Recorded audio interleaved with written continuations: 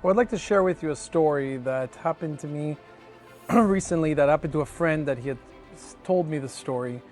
And it really is a true sign of having Bitachon and trust in Hashem. And so my friend lives in Israel. We went to yeshiva together, and he basically told me the story of his investor who had, sat down with him and told him, they started talking about fears. What were some of his biggest fears? And his fear was that one day he would wake up. The gentleman had a few $1,000,000 into his bank account, separated on different accounts, okay, for different things, investments and different projects. And his fear was that he would wake up one day to find his bank account completely showing nothing, zero, to see zeros in his bank account. Time goes by, and every day he's checking his bank account, because he worked very hard to make all this money, and was very stressed at the fact that one day it just might be gone. For him, it's just a number right now on the online portal in his online banking. He goes ahead and travels, makes his way to America. He's living in Israel right now, and now he makes his way to America for a business trip. He checks into his hotel, turns on his computer, and his daily routine is always to log in his bank account and check his account. He opens up the account and the computer only to find in front of his eyes 0, 0, 0, 0. The few accounts that he had open with very large balances, we're talking over 7 figures, have now gone from millions to zero. And his fear that he feared always had finally come into a reality. At that very moment, he held in panic. He was about to go crazy, started yelling. He held himself together calmly, went ahead, started calling and trying to make phone calls to every single person that he knows. The banks were unfortunately closed because of the time difference between America and Israel. Turns out, after about half an hour of calling back and forth, finally gets a hold of a representative at the bank, only to be told that there was a glitch in the system and there was an error, and they're going to put back the balances. And in fact, it was just a glitch. At that very moment, he obviously had to prepare for this, and he said, this is a sign from Hashem that I have to strategically place my money and my assets and protect them, preserve them, because essentially, like we've learned before, the money that we have in our account, the money that we have in our bank accounts, our assets, etc., are not ours. We're just borrowing it from Hashem. It's a loan, in essence, from HaKadosh Baruch Hu, to see how we're going to do good with it and how we're going to do things that are Kiddush Hashem. And so, he obviously did some restructuring and panicking, but there is something that happened to him where it really, really struck him.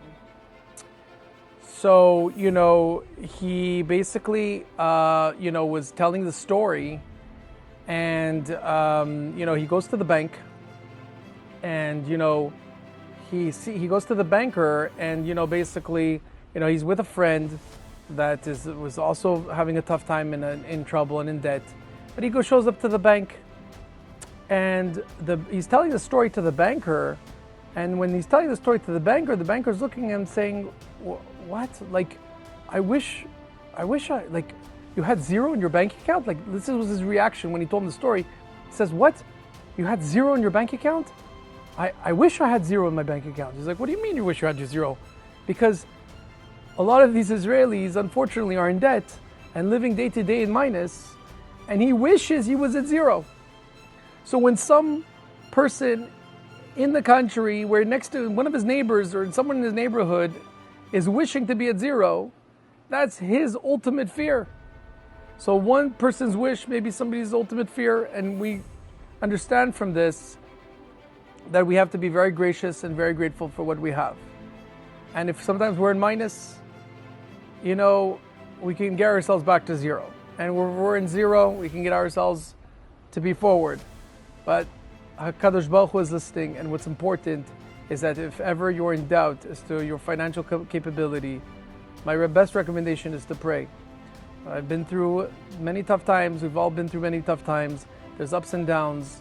And I know we were going through a very tough period where a lot of people are losing their jobs, a lot of people are losing their investments, mortgage rates have skyrocketed. But during these tough times, it's important to remind yourself that for some people, zero is better.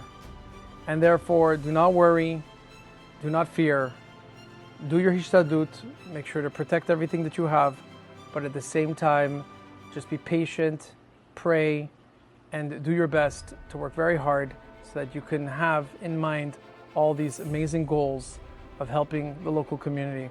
One thing that I know works, and that has been tested, something I learned from Gedalia Fenster, is he once mentioned in one of his classes that he actually tests Hashem. You can actually test God when it comes to Maaser.